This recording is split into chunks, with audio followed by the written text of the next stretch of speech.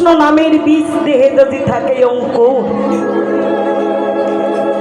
এক জন্মে তার কৃষ্ণ নাম লাগে মধুর মধু। কোটি জন্মে যদি থাকে ভাগ্য, এক জন্মে পাওয়া যায় এমন সাধুগুরু বৈষ্ণবের সঙ্গ। যেন কোটি কোটি জন্মের যদি সুকৃতি থাকে, ভালো কিছু থাকে, তবে এমন সাধুগুরু বৈষ্ণবের সঙ্গ হয়, বৈষ্ণবের চরণ তলে দেহটা অর্পণ হয়। ভাগবত বলেছেন, প্রমাণ করে দিয়েছেন, শাস্ত্র বললেন, চৈতন্য চরিতামৃতে প্রমাণ করেছে। কৃষ্ণ নাম, কৃষ্ণ প্রেম, বলিতে বলিতে, শুনিতে শুনিতে, গলিতে গলিতে যদি, শাস্ত্র বললেন, যদি তোমার কখনো দেহের মধ্যে কখনো প্রেম না জাগে, নয়নে যদি অশ্রু না আসে, বদনে যদি কখনো হরির ধ্বনি, উলুর ধ্বনি না আসে, এটা কি নামের অপরাধ? না মা, এটা পূর্ব জন্মের অপরাধ। শাস্ত্রে বললে এখানে নামের কোনো অপরাধ নেই, যে গাচ্ছে নামের কোনো অপরাধ থাকতে পারে না। কৃষ্ণ নাম বলিতে বলিতে যদি না হয় কখনো অশ্রুপাত, জানিবি ওই দেহে লুকিয়ে আছে কতবা জনমের কতবা পাপ অপরাধ। হরি বল, হরি বল। এই যে বারবার আপনারা উলুধ্বনি হরিধ্বনি দিচ্ছেন, আমি কি বলছি উলুধ্বনি দিন, হরিধ্বনি দিন না, এটা আবেগ, প্রেম জাগৃত হচ্ছে, কাউকে বলতে হয় না। যখন প্রেমে ডুবে যায়, আবেগের ঘরে বশীভূত হয়ে প্রেম সাগরে যখন ডোবে, তখন ভক্ত আর ভগবান এক হয়ে একাকার হয়ে যায়।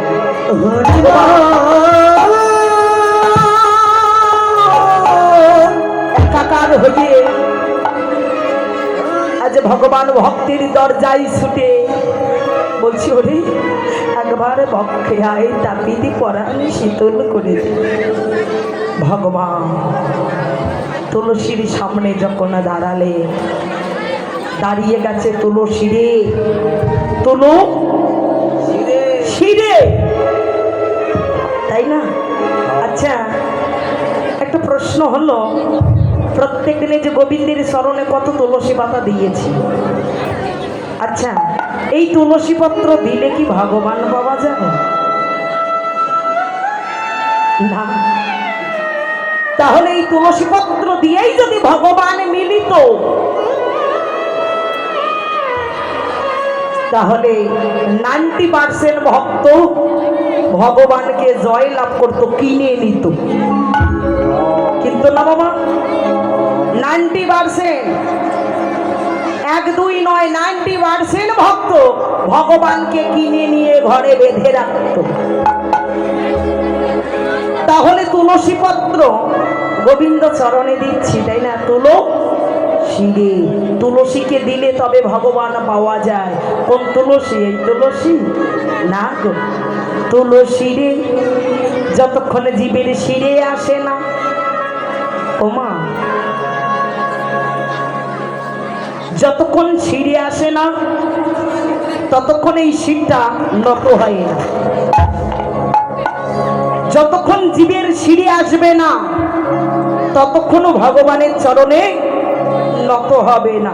তুলো শিরে, তুলো শিরে, কি শিরে তুলবে? নিম্ন সত্তা বস্তু যদি ঊর্ধ্বগামী হয়,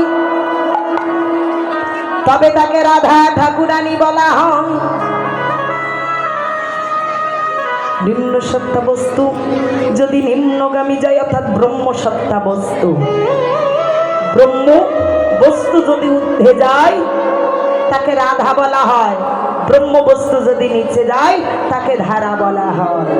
তাহলে দেখুন, উপরে উঠলে তবে ভগবান লাভ হয়, আর যদি নিচে যায় জীবের শোক, কামনা, বাসনা, লোভ, লালসা, মোহ জর্জরিত হয়। অনুমান নয়, বর্তমান। আচ্ছা বলুন তো, যারা সাধক ব্যক্তি তাদের মোহ আছে, সংসার জ্বালা আছে, ছেলে মেয়ে পিছু ডাকতেছে, ওটা শোনে? কারণ ব্রহ্মবস্তুকে ঊর্ধ্বে তুললেন, যিনি ধারায় ধারায় উপরে ওঠে সেই তাকে ধরতে পারে। আর যদি ব্রহ্মবস্তু নিচে যায়, সংসার সাগরে সে ভক্ত হাবুডুবু খায়। আচ্ছা দেখুন তো, অনুমান নয়, বর্তমান। আচ্ছা যারা চাকরি করেন, চাকরি বাকরি করেন অনেকে, আচ্ছা নিম্নমানের চাকরি থেকে সবাই কি চায়? আমি যেন উপরে যাই, চাই না? প্রমোশন চায় না ডিমোশন চায়? কি চায়? আজকে স্কুলে একজন আয়ার কাজ করছে, তাই না? তো মনে মনে ভাবছে যে আয়া, সে ভাবছে আমি যদি শিক্ষিকা হতে পারতাম। কি ভাবে না? এবং কষ্ট করে যেন হতে পারে। শিক্ষিকা হয়েছে সাধারণ, এখন সাধারণ শিক্ষিকা হয়ে মনে মনে ভাবছে আচ্ছা আমি যদি হেড পোস্টে যেতে পারতাম তাহলে মাইনে ভালো হতো, সম্মান ভালো হতো, আমাকে দেখে সবাই সে একটা ছেড়ে দিত, দিত না? চাই তো। তাহলে মান থাকে, সম্মান থাকে, মাইনে থাকে। আচ্ছা যিনি হেড পদে আছেন সে কি চায় আমি আয়ার কাজটা করব? চায়? আর যদি ভাগ্যবশত সে করে, তাহলে কি ওই পয়সায় তার সংসার চলবে? মা চলবে? চলবে না। তাহলে দুঃখ হবে, কষ্ট হবে, জ্বালা হবে, যন্ত্রণা হবে।